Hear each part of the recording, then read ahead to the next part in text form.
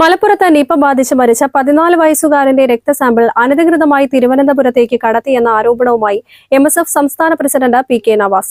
Pune virology ലാബിൽ നിന്നും ഫലം പോസിറ്റീവായ രക്തസാമ്പിളാണ് എല്ലാ പ്രോട്ടോകോളുകളും മറികടന്ന് തിരുവനന്തപുരം രാജീവ് ഗാന്ധി ഇൻസ്റ്റിറ്റ്യൂട്ടിലേക്ക് എന്ന് പറഞ്ഞ് കൊണ്ടുപോയത്. ആരോഗ്യവകുപ്പ് മന്ത്രിയുടെ അറിവോടെ കോഴിക്കോട് മെഡിക്കൽ കോളേജിൽ നിന്നും കൊണ്ടുപോയ സാമ്പിൾ എന്തിനു കൊണ്ടുപോയെന്നും അതിപ്പോ എവിടെ ആരുടെ കയ്യിലുണ്ടെന്നും വ്യക്തമാക്കണമെന്നും നവാസ് പറഞ്ഞു.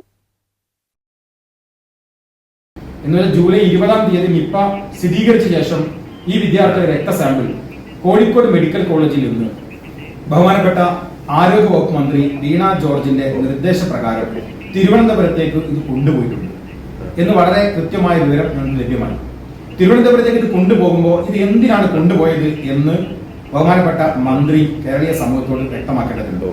എന്തിനാണ് ഈ രക്തസാമ്പിളുകൾ കോഴിക്കോട് നിന്ന് തിരുവനന്തപുരത്തേക്ക് കൊണ്ടുപോയത്? ഈ രക്തസാമ്പിളുകൾ നിപ്പയാണ് എന്ന് കൺഫേം ചെയ്തിട്ടുള്ള ഈ രക്തസാമ്പിൾ എന്താണ് നിലവിൽ ചെയ്തിട്ടുള്ളത്? ഇപ്പോൾ അത് എവിടെയാണ് സ്ഥിതി ചെയ്യുന്നത്? ഇത്തരം ചോദ്യങ്ങൾക്ക് കേരളത്തിന്റെ ആരോഗ്യവകുപ്പ് മന്ത്രി മറുപടി പറയേണ്ടതുണ്ട്. ആ മറുപടി കേരളത്തിലെ ജനങ്ങളെ സംബന്ധിച്ചിടത്തോളം വളരെ പ്രധാനപ്പെട്ട ഒന്നാണ്.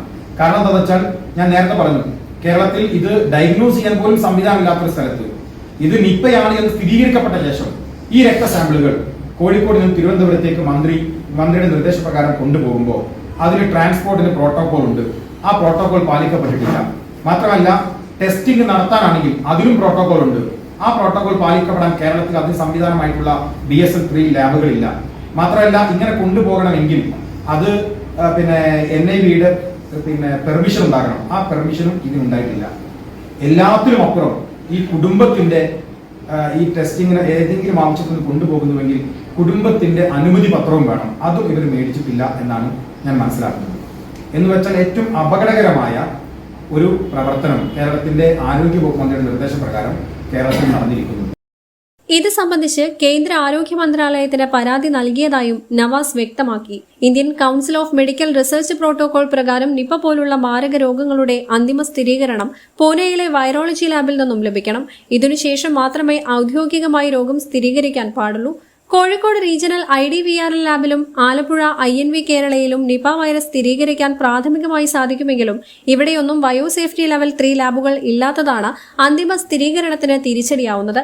ഇങ്ങനെയിരിക്കെ കോഴിക്കോട് മെഡിക്കൽ കോളേജിനു പുറമെ പൂനെ വൈറോളജി ലാബിൽ നിന്നും നിപ സ്ഥിരീകരിച്ച രക്തസാമ്പിൾ ഇത്തരത്തിൽ സൌകര്യവും സുരക്ഷിതത്വവും ലഭ്യമാക്കാത്ത ഇടങ്ങളിലേക്ക് മാറ്റിയത് എന്തിനെന്ന് വ്യക്തമാക്കണം. തിരുവനന്തപുരത്ത് നിന്നും 2 പേരെത്തിയാണ് കോഴിക്കോട് മെഡിക്കൽ കോളേജിൽ നിന്നും 14-കാരന്റെ രക്തസാമ്പിൾ കൈപ്പറ്റിയിട്ടുള്ളത്. ആരോഗ്യമന്ത്രിയുടെ നിർദ്ദേശപ്രകാരമാണിതെന്ന് ബന്ധപ്പെട്ടവർ വ്യക്തമാക്കുന്നുണ്ട്. ഇവർ യാതൊരു പ്രോട്ടോകോളും സാമ്പിൾ കൊണ്ടുപോകുന്നതിൽ കാണിച്ചിട്ടില്ല. കേന്ദ്ര ആരോഗ്യ മന്ത്രാലയത്തിന്റെ അനുമതി, കുട്ടിയുടെ കുടുംബത്തിന്റെ അനുമതി ഇതൊന്നും തന്നെ ഇല്ലാതെയാണ് സാമ്പിളുകൾ കടത്തിയിട്ടുള്ളത്.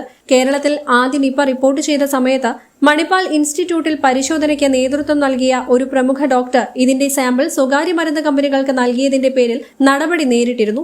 ഇതുപോലെ മാരകരോഗങ്ങൾ കണ്ടെത്തിയ രക്തസാമ്പിളുകൾക്ക് വിപണിയിൽ ആവശ്യക്കാർ ഏറെയാണ്.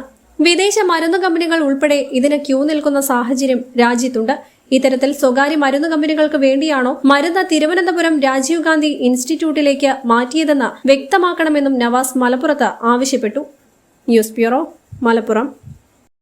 ആലീസൺ ഗോൾഡ് സൂക്കിൽ ഓഫറുകളുടെ പെരുമഴക്കാലം. AKGSMA ഒരുക്കുന്ന സ്വർണോത്സവം. ആലീസൺ ഗോൾഡ് സൂക്കിൽ നിന്നും പർച്ചേസ് ചെയ്യൂ, നേടൂ 2.25 കിലോ സ്വർണ്ണ സമ്മാനം.